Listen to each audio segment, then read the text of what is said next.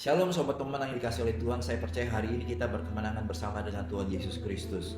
Nah sobat pemenang, tidak sedikit orang Kristen yang hari-hari ini kecewa, marah, dan sakit hati serta mengalami kepahitan dalam ketekunannya beribadah karena motivasi dan tujuan beribadah yang salah. Bahkan tidak sedikit pula hamba-hamba Tuhan yang kecewa, marah, dan sakit hati serta mengalami kepahitan dalam ketekunannya melayani Tuhan karena motivasi dan tujuan melayaninya yang salah.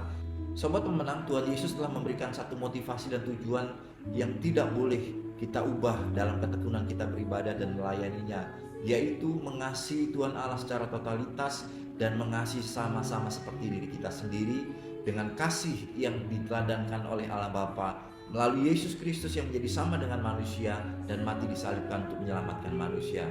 Sobat pemenang, tahukah saudara, jika ibadah dan pelayanan kita memiliki motivasi dan tujuan yang menyimpang dari mengasihi Tuhan Allah secara totalitas dan mengasihi sama manusia, sama seperti mengasihi diri sendiri, maka kita sedang tidak beribadah kepada Allah, kita sedang tidak melayani Allah yang telah menyatakan kasih-Nya dan memberikan teladan mengasihi kepada kita.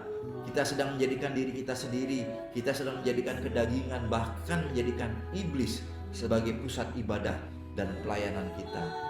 Nah sobat pemenang, bukankah Tuhan Yesus telah mengajarkan dan memberi perintah yang itu adalah motivasi dan tujuan kita melayani dan beribadah kepadanya?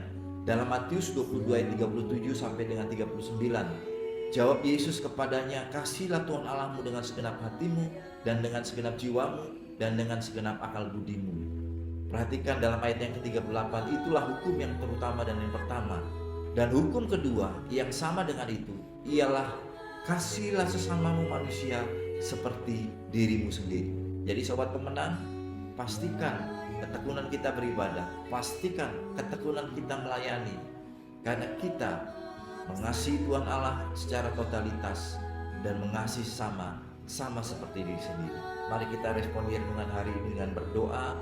Bapa, dengan Roh-Mu mampukan aku untuk aku bisa mengasihi-Mu secara totalitas dan aku bisa mengasihi samaku manusia seperti aku mengasihi diriku sendiri. Nah sobat pemenang, mari kita lakukan perintah Tuhan Yesus untuk menuntaskan amanat agung hari ini melalui doa Faith to Action Everyday hari ini. Bapa, dengan kasih-Mu, dengan Roh-Mu yang kudus, tuntun aku, mampukan aku untuk aku bisa membagikan kasih-Mu 5 menit kepada sesamaku. Nah sobat pemenang, selamat hidup dalam firman Tuhan. Selamat menuntaskan amanat agung bersama dengan Roh Kudus yang adalah pribadi Allah yang menyertai kita, Immanuel. Tuhan Yesus memberkati.